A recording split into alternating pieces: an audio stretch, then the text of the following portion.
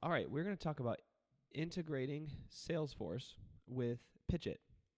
Now, there's two ways that you can do this. First, you can use our free API, pitchit.ai/API, and you can go to the public API section. It'll give you our endpoint, payload request examples, and some information you need to get that done with the format and fields. That's one way. But if you want a no-code option, which is what we're going to run through today on Zapier, then this is a no-code option you can do right now in about 5 to 10 minutes that at least Pitchit makes completely free. Salesforce does charge, but I think it's a pretty nominal amount. I think you just need a premium Zapier account, which you probably already have if you're watching this video.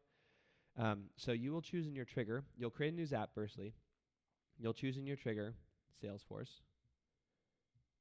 Then it's going to ask you to choose a trigger event. Now, you could trigger a lead being added to Pitchit in many, many ways.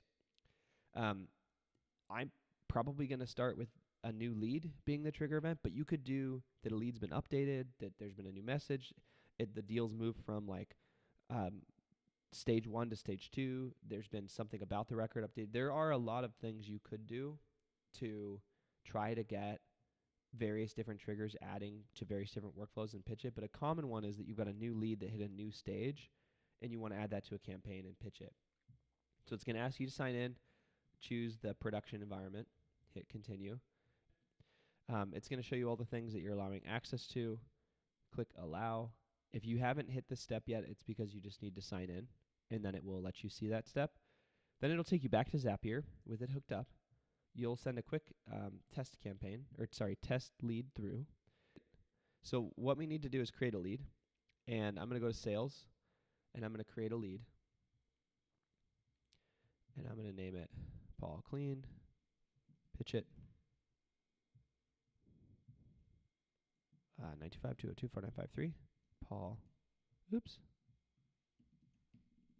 at pitchit.ai. Cool. Save.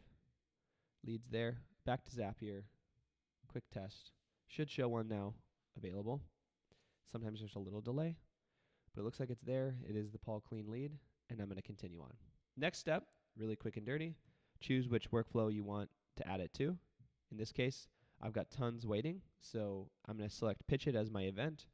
I'm going to add a lead to Pitchit as the action event. I'm going to log into my Pitchit account here. It's going to pull all of the campaigns that are workflow campaigns. That's a very important term, is you do need a workflow campaign in order to integrate Salesforce. You can't integrate Salesforce to a broadcast campaign, if that makes sense. So as long as you've got one waiting, it'll show it in the options under configure. So I've got two that it could work. In this case, I'm going to say new website form fill. And so the user story here is someone came to your website, filled out a form. That added them as a lead to Salesforce. And now Salesforce is telling Pitchit that you need to do outbound calling to try to get them booked into a meeting, right? That is, like, long story short, what we are building here. All I need to do then is map the first name to first name, last name by clicking the plus buttons, last name to last name, email to email, and phone number to phone number. Then click continue and test, right? Test will then send the lead to the active workflow, and you would see the number 2, you'd see the number 4 in this case, the form fill campaign, would move to 5 if I were to launch this, right? Now, you won't be able to finish this step if you don't have a workflow campaign ready to go. So I'm going to show you how to do that. Click Create Workflow Campaign. Just call it something like Salesforce. I've got some sample copy here of what I want to say. You can skip this step because you'll have already created it in Zapier. And so all you would need to do is basically select it. But for the purposes of this one, I'm literally just going to skip this step because we already did it inside of Zapier. You can do it either in Zapier or inside of that step in Pitchit where you create the Zap here on our interface. They're identical user interfaces, so you can do either. This is where you tell us what channels you want the form fill to receive as their first attempt. So if they come into your Salesforce and your humans are supposed to call them twice, and if they don't answer, text them twice, and if they don't answer, email them twice.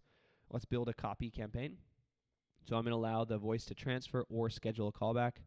We have another video on setting up workflows and how to set up voice campaigns. So I'm not going to go into great detail around the strategy. Just watch those other videos in order to see the best strategy for what to say. But today I'm just going to get some sample copy to get through. At that point, you would choose the follow-ups and the time and day, number of follow-ups. I think I said 2 per channel, and then they have 24 hours to do both attempts. And then I'll put some sample copy in here for just following up. Are you still interested, right? So, long story short, if I were to hit Pitchit, that now makes the campaign live, and in Zapier, you will see at the configuration step, you will see it as one of the available options for you, okay? I'm not going to launch it today because I already have one live. This is just an example in a dummy account. But long story short, what this would do is every time someone fills out a form on your website, like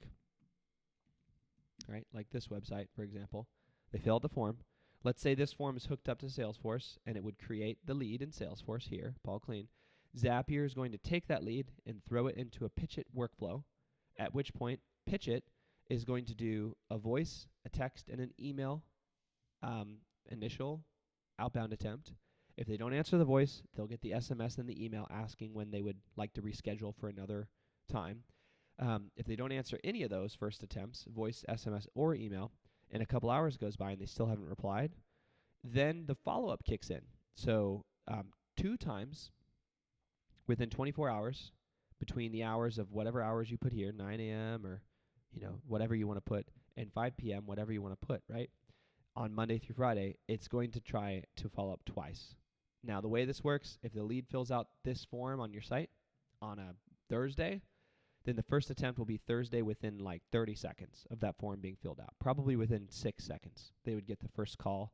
Then they would get the text and email if they don't answer.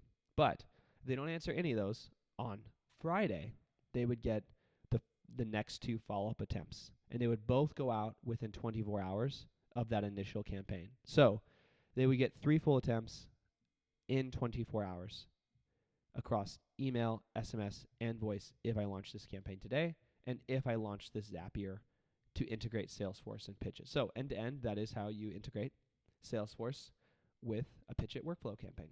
Thanks for watching.